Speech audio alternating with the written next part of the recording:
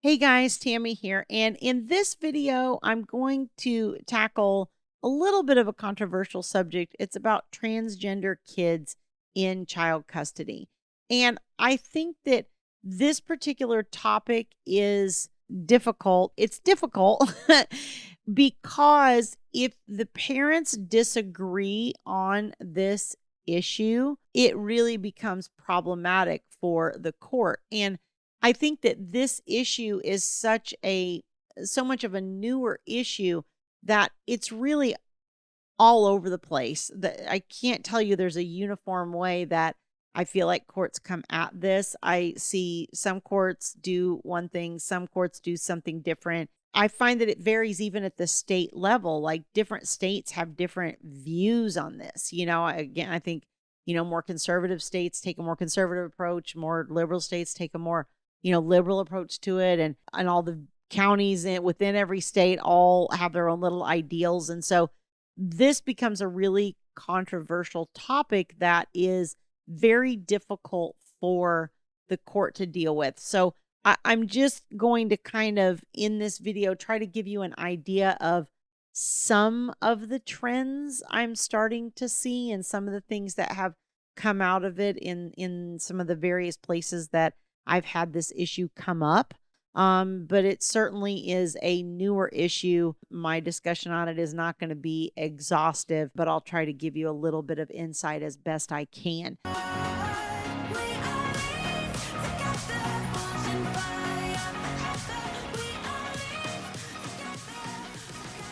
Before we dive into this, let me remind you, as always, if you like my content, don't forget to hit like on the video. Also subscribe to the channel so that you get notified as new videos are released.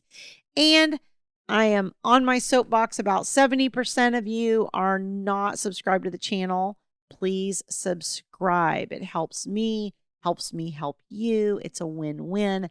Please, please, please go subscribe. I need the love. Okay. I think that, when your child is going through identity issues with transgender type stuff, I think that's already tough as a parent, I think, to navigate. We didn't really grow up having any model of that being navigated in our generation, I think, for most of us.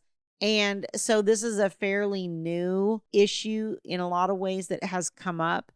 And when the parents differ on it, the court, I think, for the most part, tends to let us parent the way we choose to parent. So frequently within the two homes, you'll see parents with different rules about different things. And I think kids can grasp that because, they're in different environments. Like they go to school, the rules are different at school than at home, right?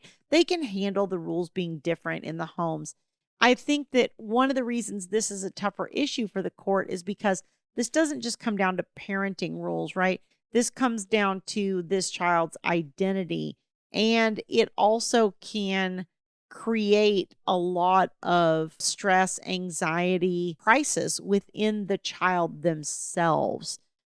Which makes it very, very hard. I think that when a child is just transgender, in other words, when they're identifying as the opposite sex, I think that that's pretty much something where the court, for the most part, from what I see, says, the parents should indulge this and should, if your daughter wants to be called he, that you should do that, and that the child can make certain choices for themselves and all that kind of thing. Now, I'm not saying that that's necessarily how I feel on it, or what I do or don't agree with is irrelevant in this situation, but what I think is important is understanding that the court in the first instance is going to be worried about the child's safety. A lot of times the children that are dealing with this maybe have some suicidal ideations, different things going on where they're just struggling with life in general.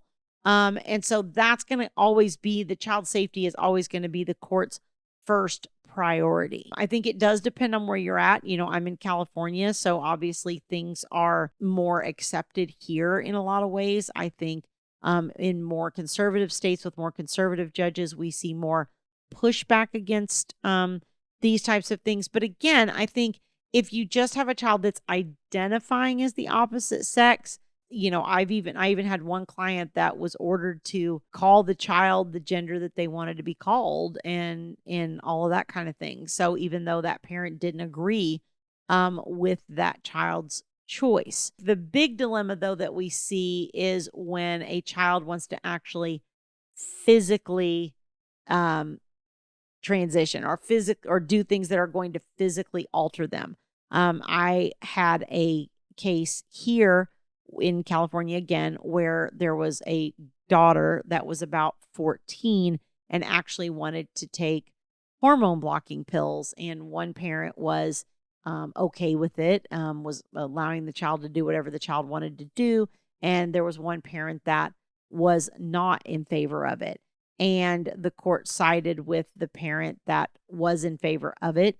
And actually, that parent ended up getting full custody and was allowed to give the child medications and things to alter her to a him, or at least block her hormonal, puberty process for the time being, which was really difficult for the other parent because the other parent was concerned about, is this going to do damage as far as, her potentially having children later in life or decisions that may come down the road that she's not really aware of or thinking about now. That was part of that parent's concern.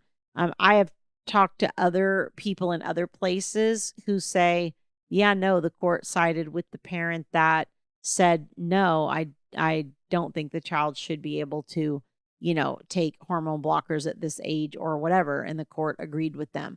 So again, I don't think we're seeing one consistent thing. I think different states are different, but I will tell you that even counties within states are also coming down on these issues differently.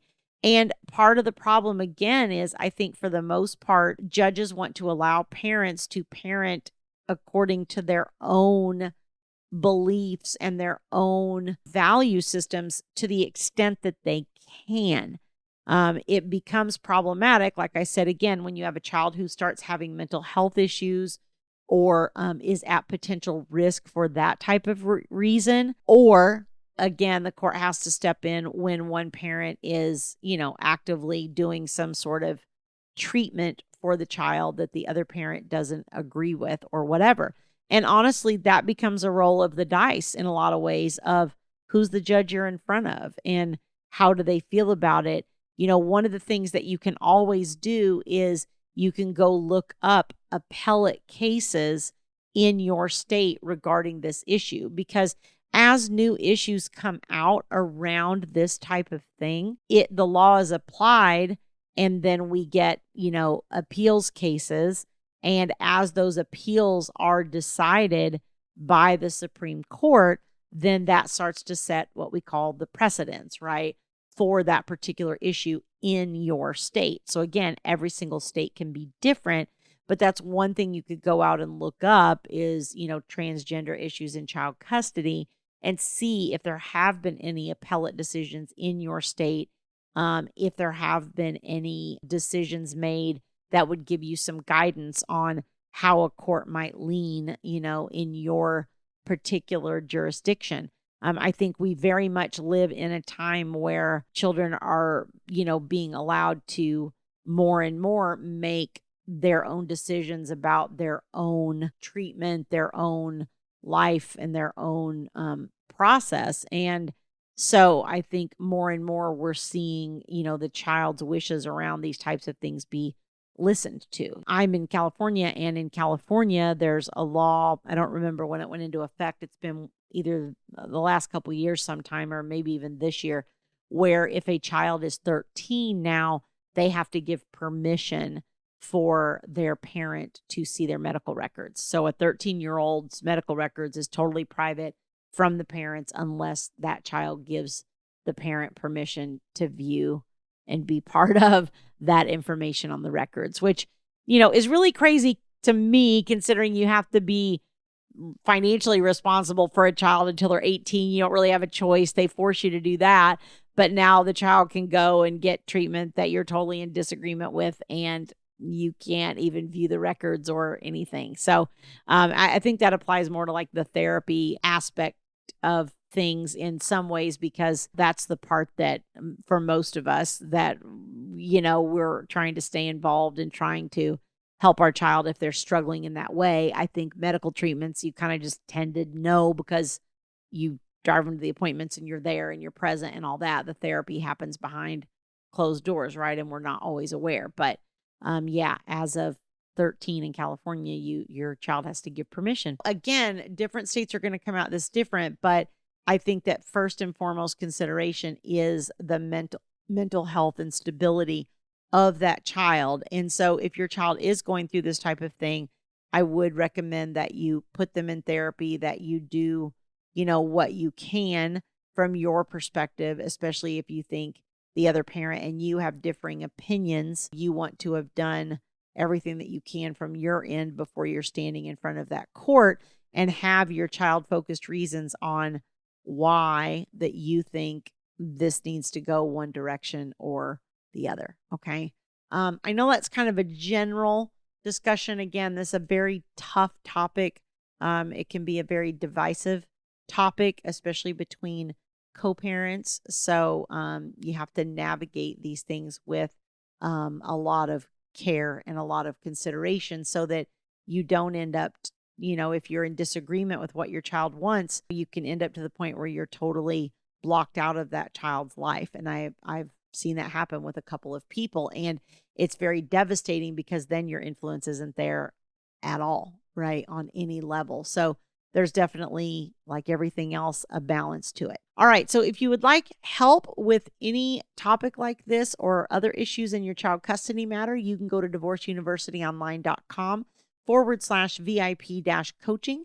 There's a link on that page where you can book a time to speak to a member of my staff, learn more about my services, and how I might be able to support you on this journey.